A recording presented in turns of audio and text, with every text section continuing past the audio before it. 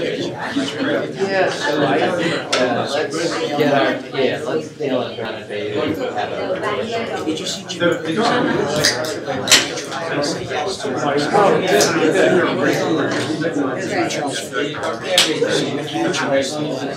Great. Good. We're moving. It's a lot. All right, like you want to be bored. Definitely not bored. Yeah.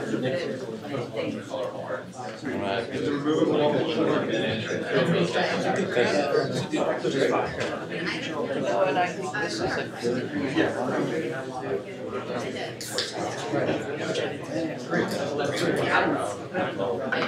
yeah, intersection, I think that is a good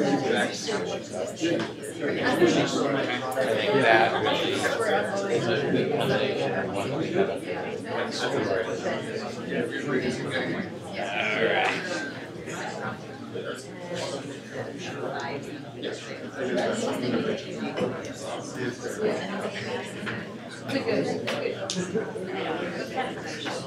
If I stand over here, they can still. Okay.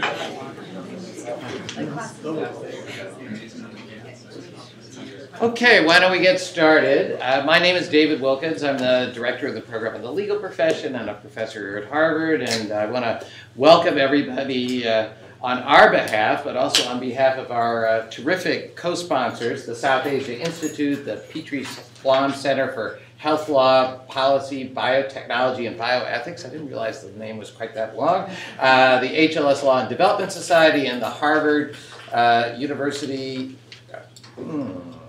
what is Allied for Essential Medicine, sorry. Harvard University's Allied for Essential Medicines. And that is an indication of just the broad-ranging interest that there is in our speaker and in the topic that he's going to address. And so you're not here primarily to hear from me, so I'm going to turn it over to my colleague Mark Wu, who's going to introduce our speaker. But just to say, we hope all of you who are here for the first time in our speaker series will sign up for further notices of other events that we have, and we'd love to see as many of you here as possible, and we always provide free food. So, Mark. If you want. It gives me great pleasure today to welcome Mr. V. Lakshmi Kumaran here to Harvard Law School. Lakshmi is the founder and managing partner of the firm that bears his name, Lakshmikumaran Sridharan. It is, since its founding in 1985, one of India's premier international law firms. It has over 300 practitioners and several more staff in over 8 offices, I believe, today. And it has a whole wide range of accolades. Chambers Asia Pacific has rated it a Tier 1 international tax firm. For those of you who are from India, you know this is a very distinguished category, and it's been placed above many of the Indian giants, Armachan, AZB, and so forth, who are all in Tier 2 in tax. Right. We love them too. We love them as well.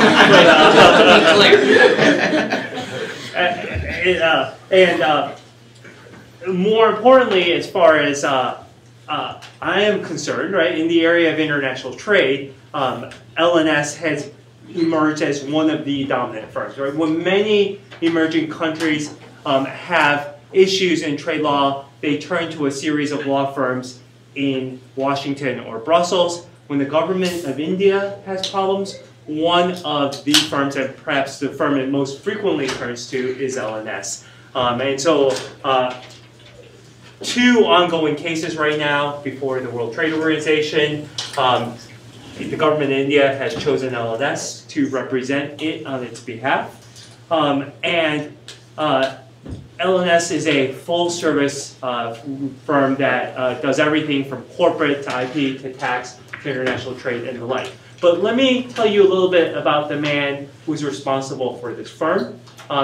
V. Lakshmi Kumaran is a graduate of the University of Madras, where he has an LLB in law and an MSc in mathematics. He began his professional career as a civil servant in the Indian Revenue Service, where he started as the Assistant Commissioner for Customs. Note, started, right? He was telling me just earlier that he was responsible for over 900 individuals at the age of 23. And then he emerged to become one of the key policymakers for customs and excess tax legislation. Not surprisingly, since he moved to found his own firm, he's become the expert in this area.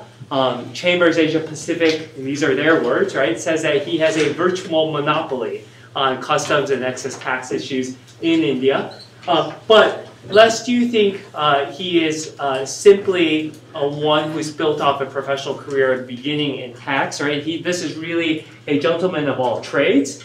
He is also a Supreme Court litigator. He is also very actively involved in international trade. He's involved with the World Customs Organization. He's written extensively on Indians' trade remedy laws and is one of the gentlemen responsible for turning India into a giant in the trade remedy fields. And he is, last but not least, a patent agent, which draws me to the subject for today's talk, which I think for many of you who follow the access to medicines issues very closely, you will know that India is one of the leading producers of generic medicines and has supplied not only its domestic market, but much of the world with affordable medicines.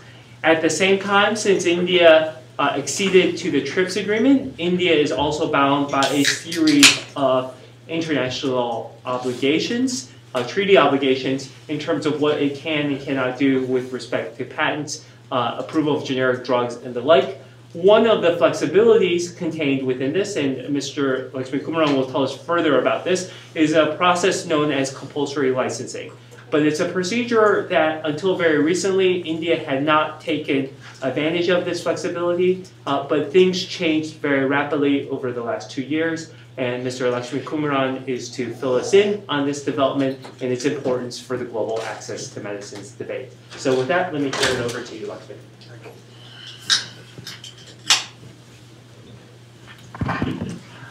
Thank you, Mark. Thank you, sir.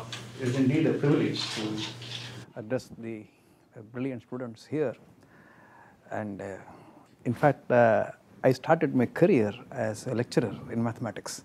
Then only I moved to become a bureaucrat. And whenever I get an opportunity to be in a classroom, I prefer this than a courtroom. And what can be a better thing can be present here to share some of my experiences and ideas. And I would go back from here, from rich experience of the questions you are going to ask. Though the time available to me is about an hour, so I intend to finish my speech in about 30-35 minutes, and I would be welcoming a lot of questions from you so that I become richer in knowledge from the searching questions from all of you. Before I start today's discussion, I just want a small question. How many of you have been actually handled patents and IPR laws, etc.? How much of you know? Because to discuss the compulsory license, it requires some little basic idea about the patents and etc. Can you raise the hands? Those who know, don't know? Know you, all of you know. Good. Okay, so I will just take a few minutes.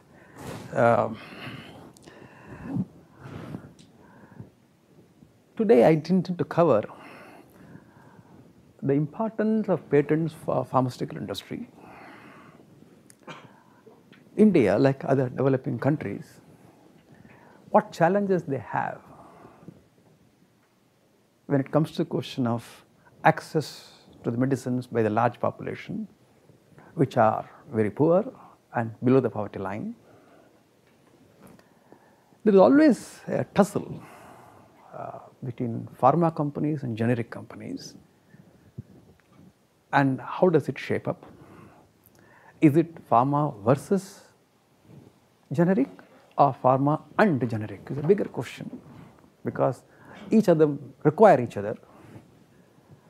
Then we talk about the compulsory license provisions under the TRIPS agreement. which is part of WTO agreement today, because after all of you are lawyers, so you need to understand some law portion. If I just talk about economics and the trade without talking law, I think probably I am not doing justice to Harvard Law School. Then I will take up a specific case of NATCO versus Bayer, where there is a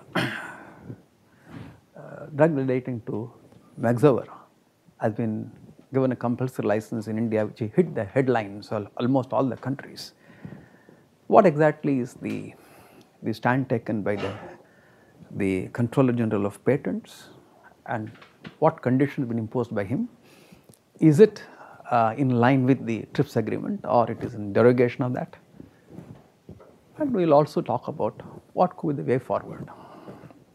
This, if we can achieve in next 35 minutes, I think it is very ambitious. Oh, yeah. As well as all of you know, a patent is basically what? For an invention which you have, a novel invention, which is not obvious to others, which can be practiced industrially, the sovereign government grants you a patent right. In return for what? In return that you will disclose the invention completely to the public, and people can practice this particular invention after the period of exclusivity. So, in order to encourage you to invent more, the government grants you the right of exclusivity for 20 years now. Beyond that 20 years, it comes public domain, and people can practice this particular invention freely. That is how the mankind has improved. Therefore, what is the public interest involved in this? The public interest involved in the government granting an exclusive right to inventor is that invention will come to public domain 20 years later. If this particular incentive is not given to inventor, he may not or he might not have given this invention to public domain. In other words, it will remain as a trade secret and it can perpetuate forever for him. So, in order to ensure that he gives this particular information to public, there is a carrot, namely, I give you exclusivity for 20 years. And as far as the pharma industry is concerned, when they come up with new inventions, new molecules, big molecules, small molecule, etc., we can discuss later on biotechnology, larger molecules, smaller molecules. It is not easy to come up with new inventions. And you have got newer diseases, which you have not heard of these diseases, say 10 years before, 20 years before. The mankind is now coming with a different type of diseases. And therefore, the pharma companies necessarily invest huge amounts on R&D to come up with these inventions, to provide cure for these type of diseases or to prevent some new diseases. And it is not merely the invention. They have also to go through the drug approval process under regulatory authorities. They have to have phase 1, phase 2, phase 3 clinical trials, collect enormous amount of data, how efficacious this medicine is, and what are the side effects and what are the types you have to take care of. So, it is a long drawn process and it costs a lot. It appears some of the statistics given by the pharma companies is they spend more than 800 to 900, even $1 billion to come up with one particular blockbuster drug. That is the cost. So, when they sell the particular medicine, it is not the raw material cost or the processing charges or add about 1 or 2% margin and to sell in the market. So, they do want to have considerable margin on the product after the cost to recover this particular extra investment made in the R&D when they are selling the product. Ultimately, the revenue stream has to come ultimately from the end users. So therefore, patent becomes an important tool or important element in any pharma sector, especially when they are in the innovation process. Now comes to access to medicine. Various developing countries, including India, when they signed the WTO agreement, TRIPS agreement is also part and parcel of this WTO agreement. The countries cannot choose, I like anti-dumping, I'll take agreement on agriculture, will take, I don't like TRIPS, I will not take. No, it is a package. Take it or leave it. So therefore, as a package, when you look at it, every country looks at what are the advantages they are going to get in signing this WTO agreement, whereby what the country can get by way of multilateral agreement benefits in regard to trade of cross-border trade. In any multilateral agreement, there has to be give and take. There cannot be take or give. Doesn't happen. So therefore, TRIPS agreement becomes part of the whole package, and therefore, countries which are signing the agreement under WTO necessarily also have to implement TRIPS. When it comes to TRIPS, basically what is trade-related aspects of intellectual properties. One of the items is patents. What really WTO does or TRIPS agreement does is to get the harmonization of the essential features of these intellectual property rights across the countries. As lawyers or law students, all of you know, in any law there is something called substantial law, other called procedural law. The substantial law with regard to the period, method of granting, the essential features, they are all to be harmonized right through the world. The procedure for granting, who will do it, how will you do it, what the methodology you will follow, what opposition you will give, those are procedural laws. There is elbow room given under the agreement for various governments to implement these essential features, substantial provisions of law by procedural laws. Therefore, there is a flexibility with regard to the procedural law. Now, India, having signed the TRIPS agreement as 1994, effective from 1995, they have to necessarily implement the patent law as such. But since India was not granting product patent to pharmaceuticals, chemicals and food products from 1970 onwards, the new entrant, they are now coming into an agreement or a requirement where they have to necessarily grant the patent for the products. The countries, when they negotiated, they also got what is known as a 10-year window, whereby you can file an application, an inventor can file an application in pharmaceutical sector, but India will not grant it for the first 10 years. The examination will take place later. But in the meantime, if the pharma companies got a patent in other member countries and also drug approval, they can come back to India and ask for what is known as exclusive marketing rights. And in fact, Novartis was granted exclusive marketing right on one of these drugs, imatinib mesylate. So that is a principle for the first 10 years. But post 2005, the so-called window is no longer available. You have to be completely in line with all other agreements.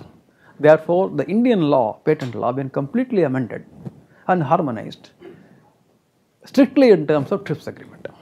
Thereby, any inventor with any product, including a molecule in the case of pharmaceutical sector, necessarily has to be given patents. And this patent is valid for 20 years.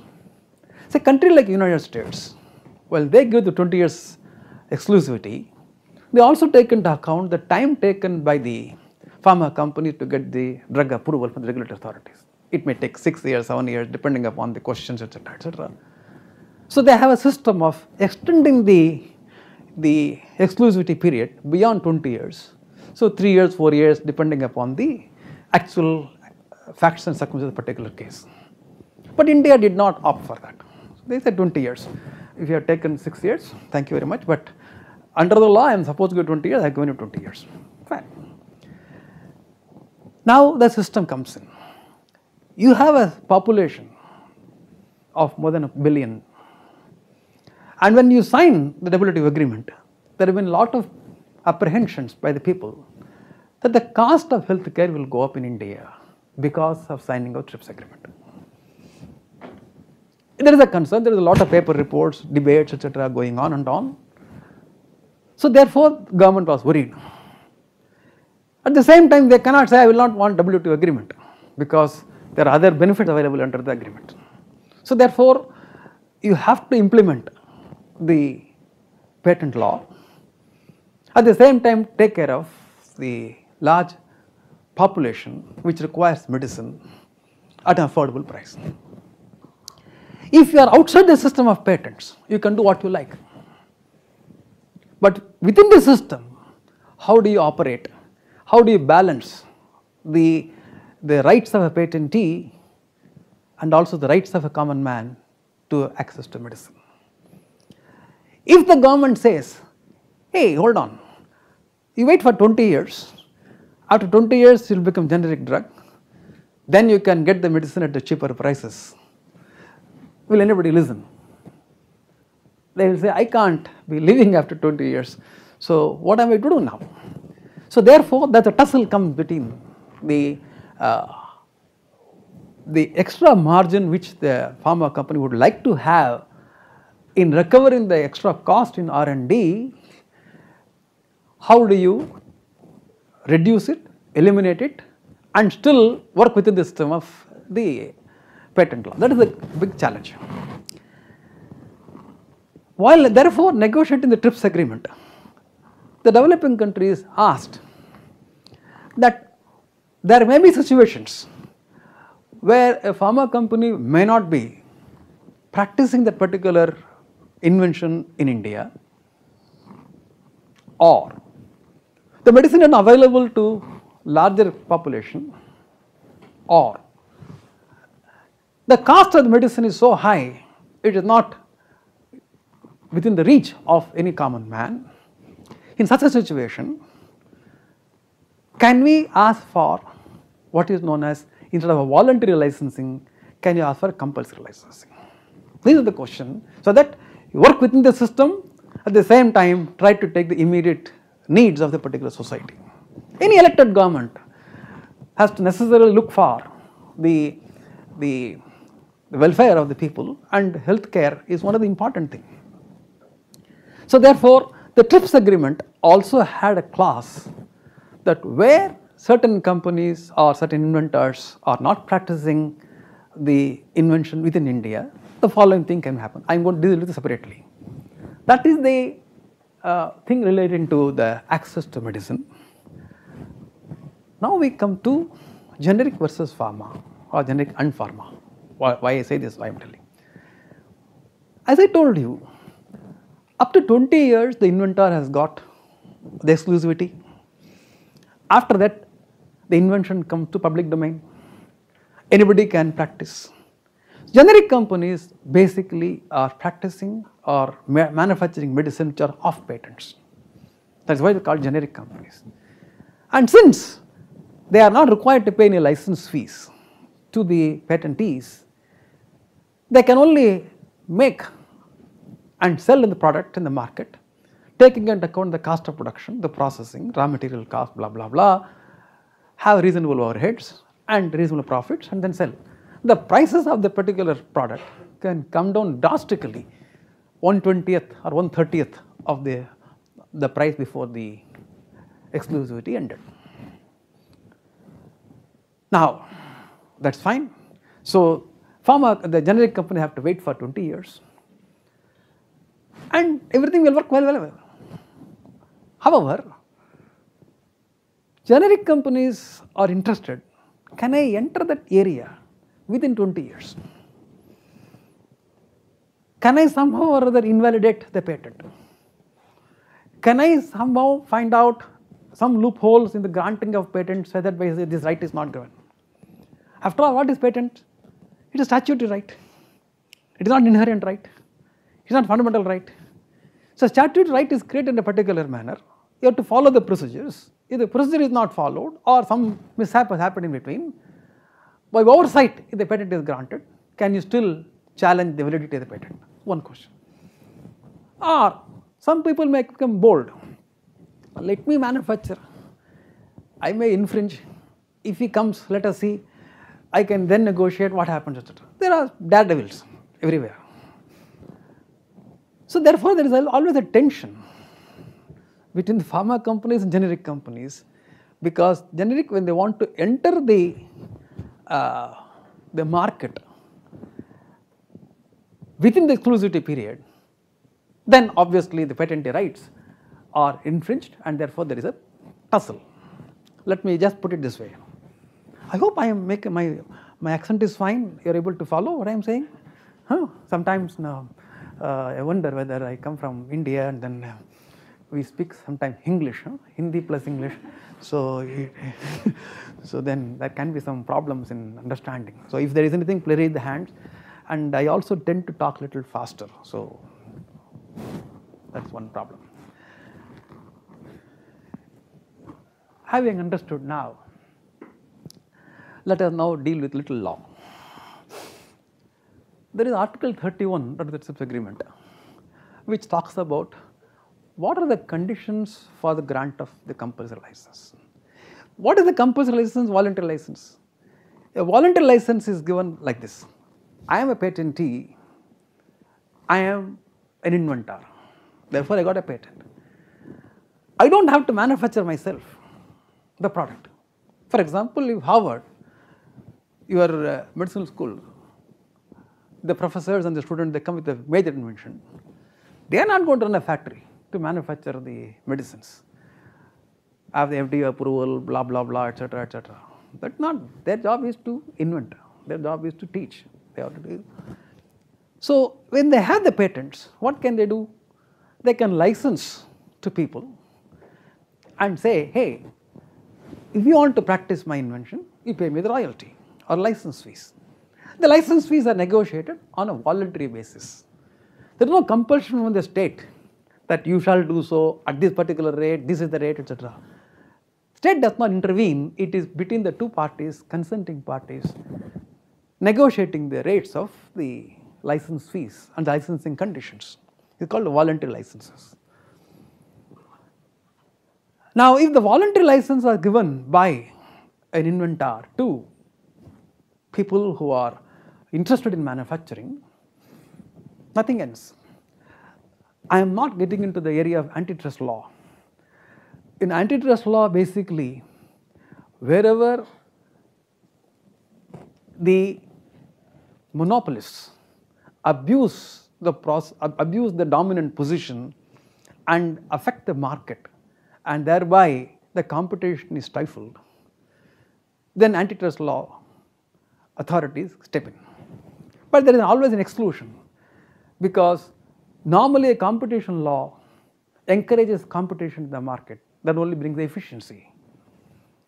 The TRIPS agreement, when it grants exclusivity for 20 years, it recognizes monopoly, it creates monopoly. So it is a derogation of antitrust law.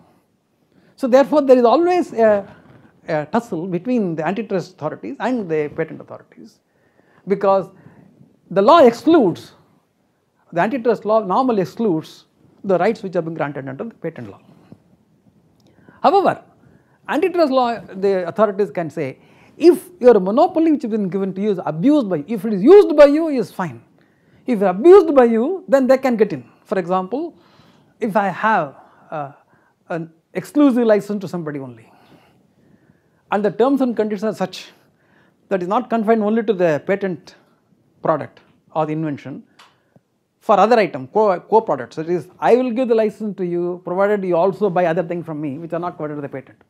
So there can be several ways the trade can operate and actually can infringe, or at least you can say that violate the provisions of antitrust law. Then antitrust authority will come in. There are several investigations separately going on separately. I am not getting into that. It's a very interesting subject separately. If I come next time, if you still call me, I'll tell you about that. You may not be interested next time, so then I may not get an opportunity. Now, now the coming question of this, what are the basic conditions under Article 31? A country cannot put a general condition, I will grant compulsory license to all the products in India. They cannot. It has to be a case-to-case basis. Okay. First of all, there must be a request for voluntary license from somebody, and you would have rejected it, not granted it, or don't reply for a reasonable period of time. That means their intentions are clear. I don't want to give a voluntary license to you. I am not discussing about the national emergency separately. Suppose there is some chaos or epidemic condition, etc. That is a separate matter. Normally, the inventor who got the patent is given a 3 years time to set up manufacturing or get into voluntary license, etc. It doesn't happen overnight. I got the patent today, tomorrow I must give a license. No, it doesn't happen. The trade always takes time. So there is a 3-year window given to the patentees, and before that, no government can come and say grant licensing, compulsory license, except in case of emergency, national emergencies, etc., epidemics, some major catastrophe is happening, etc. Then you don't get into the 3-year time, the finance, etc. The government can immediately enter. It must be non-exclusive. That when the license being granted, it cannot be only to one party. Everybody else, whoever wants to go, they can also get. It's a non-exclusive. And the rights given to you, the licensing rights, is not assignable. You have to do it yourself. It is normally given predominantly for supply to domestic market. You don't give a compulsory license for exporting to US back. It is for meeting the demands of particular country, because you are going in the particular country. If the conditions of compulsory license is over, is ceased to exist, that is, the patentee himself setting a manufacturing process, he reduces the prices. And in such cases, the condition for grant of the compulsory license cease to exist, in which case the compulsory license should be terminated. And it cannot be given free. There must be adequate remuneration for the right owner. It cannot be free. It has to be a license fee. It will be adequate. What is adequate? How much to be given, etc. Again, lawyers come in. Every agreement in this particular thing is a lawyer's paradise. The words used in the WTO agreements are capable of being interpreted liberally or strictly. And lawyers like us make a lot of money. I'm sure many of you are going to, if you are going to practice law. And this decision given by the compulsory authority is not the final decision. It is subject to judicial review. It cannot be executive fiat. It is a quasi-judicial process. An appeal against that should lie before an independent body, and they should see whether the decision taken by the authority in granting the compulsory license is correct or not. These are the safeguards which have been fixed, or at least mentioned in the Article 31 with regard to the compulsory licenses. I am definitely not discussing about the Doha declarations, where a country may need certain medicines, but they don't have the adequate machinery or the facility to manufacture. And countries like India has the facility and the competence to manufacture, but they cannot sell because the patent rights which the inventor has in the importing country.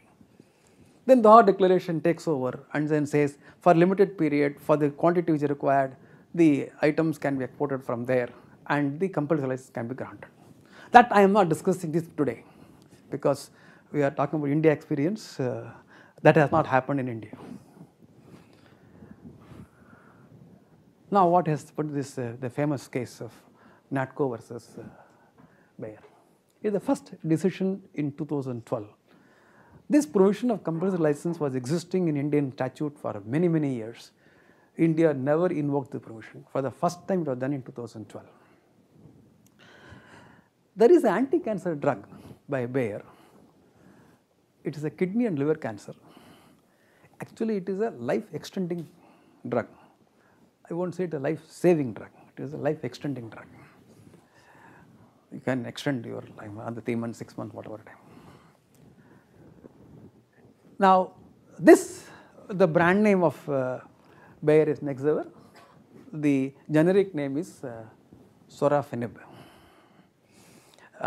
Those of you who are interested in practicing patent law must also learn science and technology.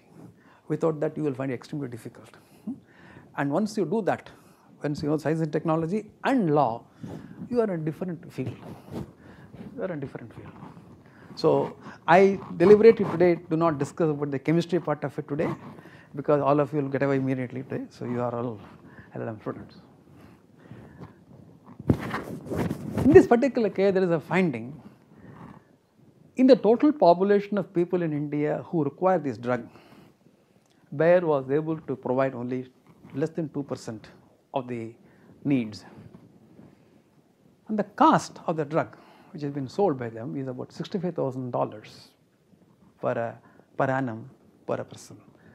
Today's rate is about 65 rupees per dollar.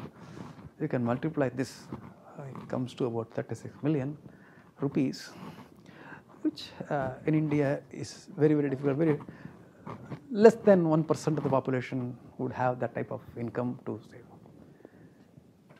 Life is cheap, but living is dear in India. And that's the irony. And people can't afford these types of prices.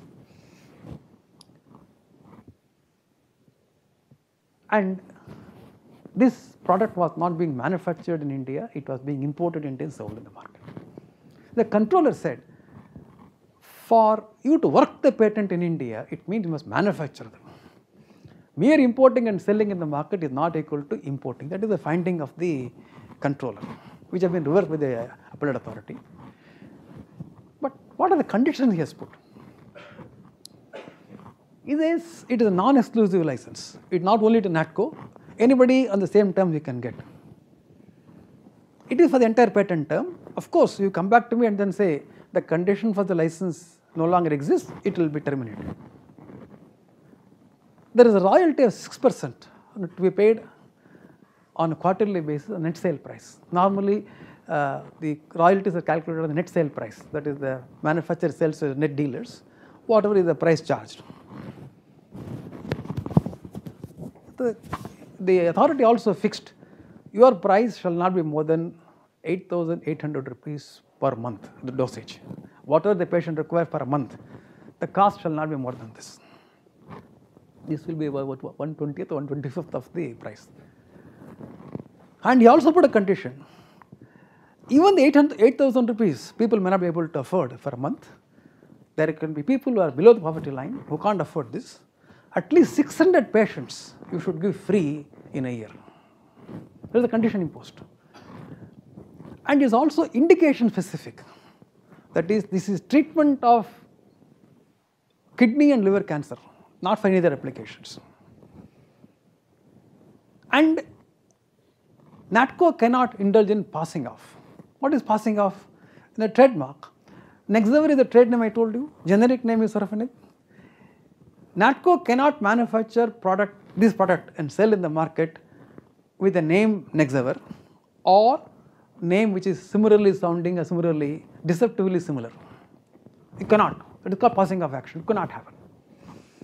And it can manufacture only for sale within India and not meant for export. So these are the conditions imposed by him in granting this patent, in this compulsory license.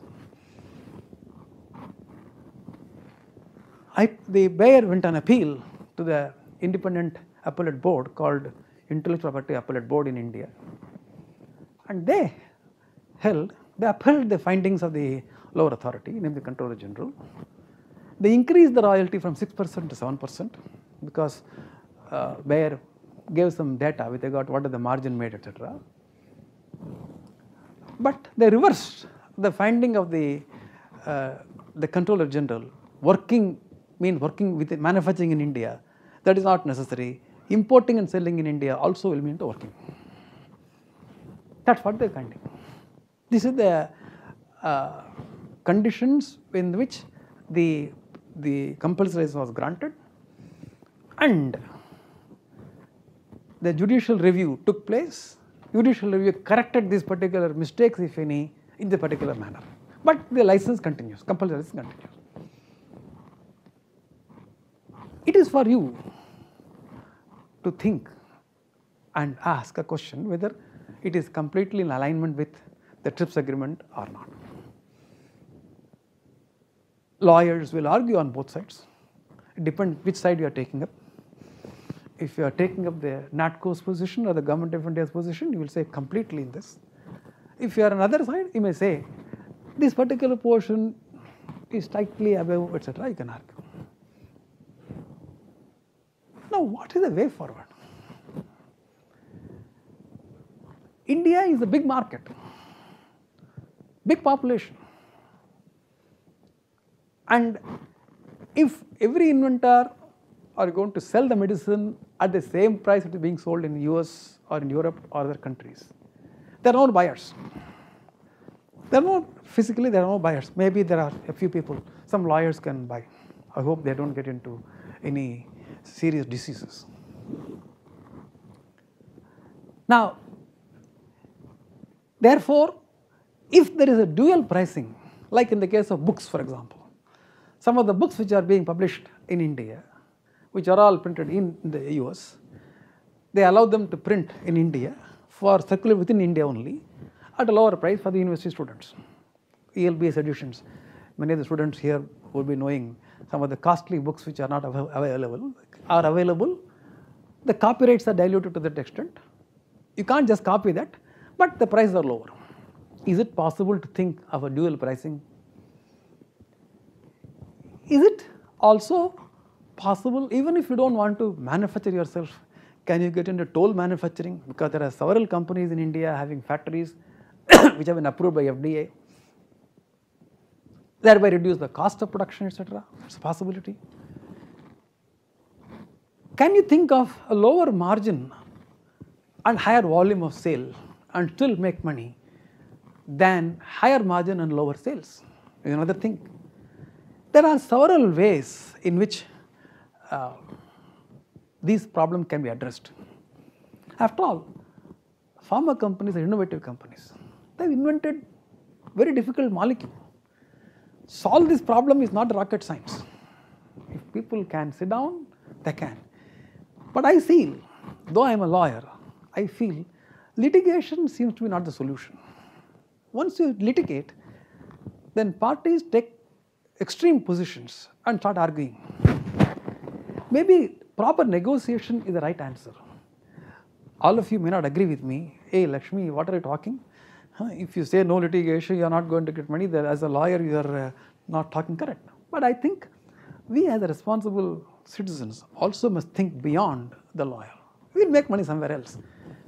But with regard to these type of things, probably if people start negotiating openly and transparently, solutions can be found. It's not impossible.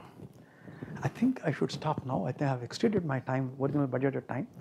I now keep my mouth shut. You ask questions now. Yes, sir. I'm really concerned about what's going to happen with the HIV medications, which, some of the cases you talked about, Novartis, which happened this year in India. The influence of EU and the US government on the patent law in India. What are your impressions about what's going to happen in the next 4 or 5 years as medicines which are related to saving lives, like HIV diseases, the impact that will have? See, as I told you, the countries which have already signed the WTO agreement, they have got to implement the TRIPS agreement. They have an escape route or flexibilities granted under the TRIPS agreement under these circumstances. Like I was just telling you, compulsory licenses. Or if national emergencies exist, they can reduce the period of 3 years waiting to even lower than this. But if the countries have signed the agreement, they have got to implement the agreement fully. They can't say, I will not implement this agreement. Then the retaliation is very, very severe. The minute you say, I will not fulfill my obligation under the agreement, so the other countries can go for retaliation. It can be a very serious thing. So therefore, you can use all the flexibility clauses under the agreement very innovatively and reduce the cost of these particular medicines to the people. Remember, while doing all those things, we should also remember that if you take away the incentive for inventor by saying that you shall give freely, then the incentive to invent also comes down, and that is dangerous, because as we move on, we get newer and newer diseases. You need people to invent, and the best way of invention incentive is to grant exclusivity. Therefore, how do you balance the exclusivity rights which have been given to a patentee who actually invented, who came with the product in the market? At the same time, how are you going to fulfill the aspirations or the need of the larger public?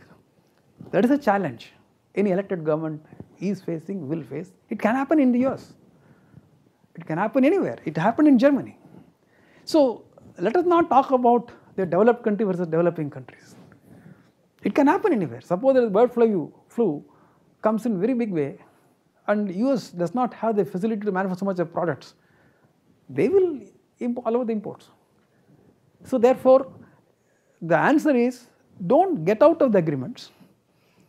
Be within the agreement and utilize all the flexibilities to the maximum extent and ensure that the products, the medicines are available at a considerable prices. I don't think we should talk about the influence of developed countries over the government, etc. All those things, I am now talking like a lawyer and economist. You have all the powers, rights in negotiating the agreement when you signed it, and you got so much of flexibilities.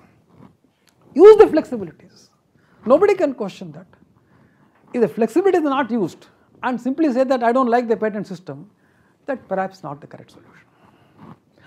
Please don't think that I am arguing for a pharma company or again. I am here as academician discussing in an academic field. Yes? Are there any risks that innovative companies will be less likely to, introduce products into, a country that is, grant more compulsory licenses? Can you repeat again, sir, the question? Are there risks that if a company sort of continues to mandate compulsory licenses, that innovative companies will be less likely to introduce new pharmaceuticals into that market? Exactly. In fact, it can be a double-edged sword. The pharma companies can say, if a particular country is granting compulsory license right, left and center recklessly, they will think, what is the point in me protecting my rights there? I would rather not do it. Then what are the consequences?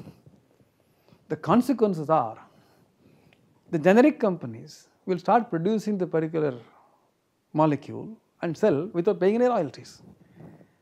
So therefore, for the fear of grant of compulsory license, if you don't file your patents in those countries, you have lost everything. But if you file the patents and exclusive rights and also go for voluntary licenses by the methodology which I was mentioning earlier, that perhaps is the better way of reaching the product at reasonable prices to the masses. Yes, sir. Just to follow up on that question, can you say a little bit more about parallel import? Oh, yeah. A bigger question. A very big question. Practical example. Suppose a product or medicine X is sold in the US at say about $100 per dosage. And that is the price at which the goods are being sold. the number of patients requiring this particular thing, let us put a number as 100. When you now go into a voluntary license, say in a country like India or China, and you agree for dual pricing, and if it is available at $10 there, the fear of the pharma company would be, if the goods are manufactured there and manufactured with a license at $10 is fine. If that is exported from there, licitly or illicitly, into the United States back, then in the market we got two products, one at 100, another at 10. When you talk about parallel imports, there is a big question regarding national exhaustion and international exhaustion. With the national exhaustion, what happens, the import can be allowed or not, etc. They are bigger questions which come later. But the fear which probably the pharma company will have is to have dual products in the market where their prices are at least already higher. This is the problem probably the pharma companies are rather reluctant to have lower pricing in different markets, perhaps. Yes, sir. Just wondering, in this case, what's the exact ground for Indian government to grant compulsory license? Is that you mentioned kidney problem, liver cancer? Is it so serious? As you think it's as a label of national emergency? Even the Article 31 of TRIPS did not provide a clear list of the grounds. So I just want to know more about what's the India government policy regarding the ground on which compulsory license can be granted. With regard to the TRIPS agreement, if you see, especially the flexibility clauses, it did not say that this particular license can be given only for life-saving drugs. It is for all products, provided these conditions are satisfied. So, a further question whether this particular product deserves a compulsory license or not may not be a relevant question legally. Politically, yes, but legally, that is not a question. If the conditions are satisfied, Article 31, and the national legislation provides for this, whether it is a life-saving drug or life-extending drug or otherwise, they may grant. I don't think this is a blank check for government like India to say, well, just can use it without any justified ground. Correct. Well, I agree. While legally, as I told you, there is no ban or there is no prohibition, but the countries would not do that. For Viagra, I don't think anybody is going to grant a compulsory license. And if they do, then there is a big problem. There is a political backlash. So, countries are also aware, they are responsible governments elected by the people. They know what they should do and where they can hurt, and then if they are hurt very seriously. So, therefore, these are the checks and balances available within the system not to abuse this particular provision recklessly. Yes. So as I'm sure you know, this summer there was actually quite a bit of backlash against India in Congress.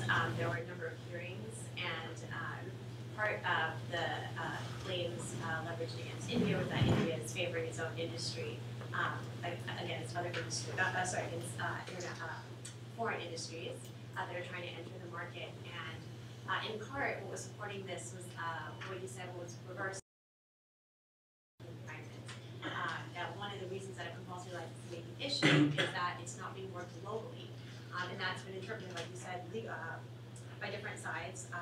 Some look at the history of local working requirements and see that, in fact, it is meant to transfer technology, so there should be a simple working requirement, while others see the import as sufficing. So my understanding was that the IPAD decision actually said that it's not the case that it has to be local working, that the local working requirement requires local manufacturer, but rather that it has to be inspected in each case to see what kinds, how many imports are there, whether or not that sufficiently meets the local working requirements. So I wonder, and then Also, my understanding was that the iPad had said that, or that commentators had said that this would all be resolved with respect to this case in the final formal order. And I was wondering if you could offer any updates on what actually the determination was in this case about the local working requirement. No. Very good question. As far as the Controller General was concerned, he felt and interpreted working of the patent is manufacturing in India. And he did not say manufacturing by the patent himself or by the licensor or the toll manufacturing. Anything is fine. But that has been overruled by the judicial decision today that working need not necessarily be manufacturing in India. Import and sale also is called working.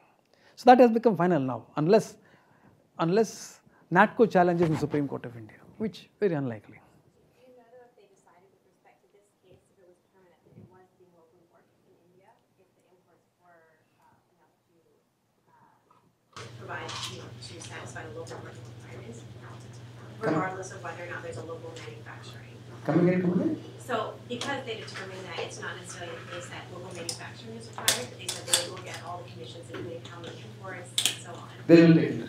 So in this case, was it decided whether or not local working had been satisfied? In the particular case, theoretically, when the Controller General decided working should necessarily be manufacturing in India, the appellate board says no, that's not the way to interpret. Suppose a person does not manufacture in India, but imports entirely and meets the entire population, etc., that's good enough. Absolutely no problem at all. So that has been now settled as far as the law is concerned today, as it stands today. That's not a difficulty. If, in a situation where imports are taking place, local manufacturing also taking place, each supplementing the other, and what is the pricing, import prices can be a little higher than this, etc. All those things are possible because there are trade issues. Fundamentally, this is a trade issue. So that will be taken care of this. The law as of stand today is that if a person imports and sells and meets the requirement of the public, then local manufacturer cannot ask for a compulsory license if the other conditions are being satisfied. Understand it correctly, since in this case the imports were meeting only less than 2% of the requirements, therefore IPAB said that even you are importing it, since it is meeting only less than 2% of market, therefore it's not meeting the working requirement. Exactly. In fact, further what I am trying to say is, when Controller General gave a ruling, working equal to manufacturing in India, that particular ruling has been overruled by the tribunal. But other conditions which are already been satisfied under Article 31, if they are satisfied, then the compulsory license granted was held to be valid. But this particular finding is overruled. It happens in any judgments. Yes. Particularly issue because the 2% and everything I read the ruling, the major problem was that there was a certain supply, but that supply was not corresponding to the demand, and that demand was not arising because of the super high prices. So the issue really was, the fact I think that's what the real problem was. So the problem is they were not importing because there was no market. They could not have sold it. There were people who were in, but they can't sell it because the prices are so high. How it was worked to 2% was they taken into account the population of the people who require this medicine. How many actually been utilizing it? Simple average was taken. And the reason for only 2% is because of the higher costs. One of the things we really have to do because of the room situation is to end exactly on time. This is a discussion that obviously could go on for very much longer, and I think people could come and maybe speak a little bit after the event, but first I just want to make sure that we thank our speaker. Thank you so much.